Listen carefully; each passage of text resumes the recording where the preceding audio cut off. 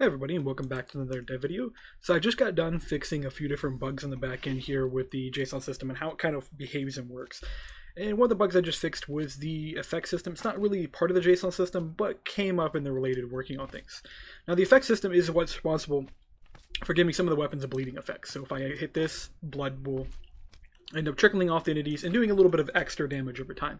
In the case of this weapon, it'll do 1 second worth of 0.1 damage per tick. So effectively you end up taking out like 2 extra hearts off the entity.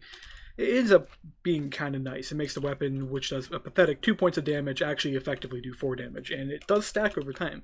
So the more swings you stick in, the quicker they start to bleed out, and eventually they die.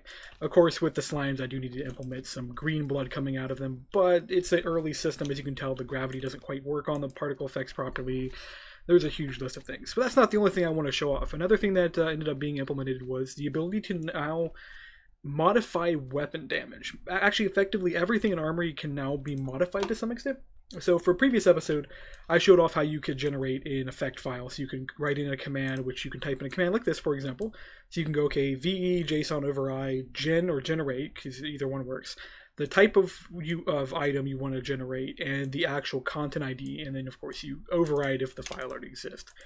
So you can type that in, it will generate a file, and effectively it generates this exact same file. As you can see, it says it changed it, and it lets you do simple things. Like, if, for example, I could do this, I can change the amount of damage. I can take it up to 4 damage. But the big thing that I changed is now the damage system works with it too. So I could type in the damage effects.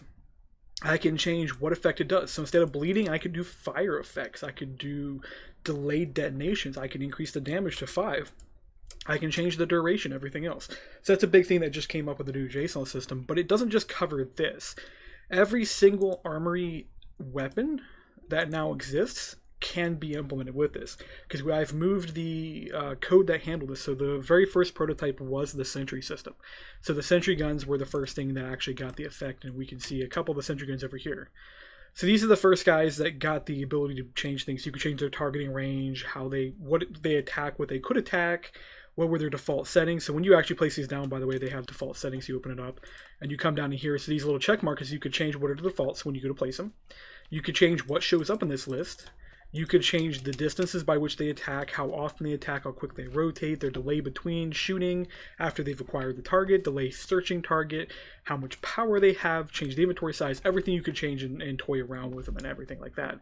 So you can now do that with all the weapons, all the ammos, all the clips, all the guns. All of it now should function, although it will hit or miss depending on what you can modify. The system is there, but I have to manually go through and actually decide what I give you access to.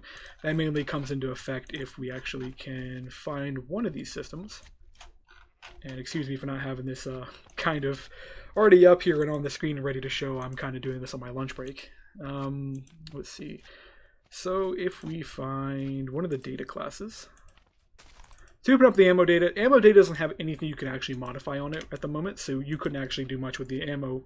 But what I can do is come down in here and go and implement like an AI JSON property data, which we will see on some of these. This one doesn't have much. This one actually does have velocity. You can modify velocity if I change this to allow runtime to true, which I'm going to do so you guys can edit velocity. And you can modify energy cost as well. So if you, for the example, the laser sentry gun, if you don't like how much energy they use, that is now actually changeable once I actually implement JSON data getter. And you can use this as a tutorial, by the way, how to implement this on your own classes, because the JSON system is free for everybody to use. If you have your own mod and you want to work on it, you want to implement your own JSON data structure, just come in and work on it.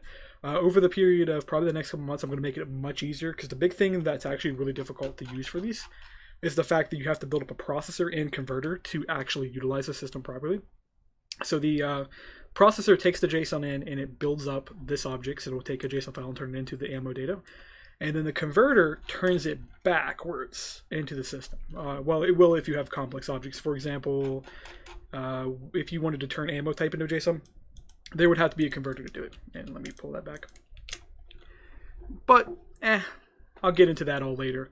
And I'll see you guys all later. Just really quickly wanted to make a demo, mainly just to show off the fact that the particle effects are now working, the bleeding effects working, and we're making progress. And as for the 112 update Volts engine, it's going. The 112 Volts engine does work now, and I've started on the 112 for ICBM, but that's going to be a while.